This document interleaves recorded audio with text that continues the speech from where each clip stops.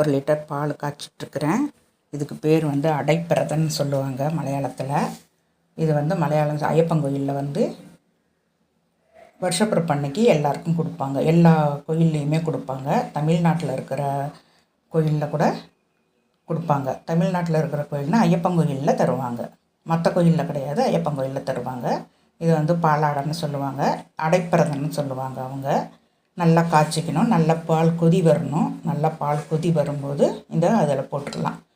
போட்டுட்டு நல்லா கைவிடாமல் நம்ம கலந்து விட்டுக்கிட்டே இருக்கணும், இல்லைன்னா அடி பிடிச்சிடும். நல்லா கலந்து விட்டுக்கிட்டே இருக்கலாம். நல்லா கலந்து மாதிரி நல்லா கொதிக்குது பாருங்கள். நல்லா கலந்து விட்டுக்கணும். ஒரு 2 நிமிஷத்துக்கு 2 நிமிஷம் விட்டு நம்ம கலந்து விட்டுக்கணும், இல்லைன்னா அப்படியே அடி பிடிச்சிடும். இப்போ முடிஞ்சிடுச்சு, நல்லா வெந்துடுச்சு. ஒரு 15 நிமிஷம் அந்த மாதிரி வேக வைக்கணும். இப்போ ஒரு மூடி போட்டு ஒரு 2 நிமிஷம் இருக்கட்டும். இப்போ நான் வேறு பாத்திரத்தில் ட்ரான்ஸ்ஃபர் பண்ணுறேன். இது எப்படி இருக்குன்றதை கமெண்ட் பாக்ஸில் சொல்லுங்கள்.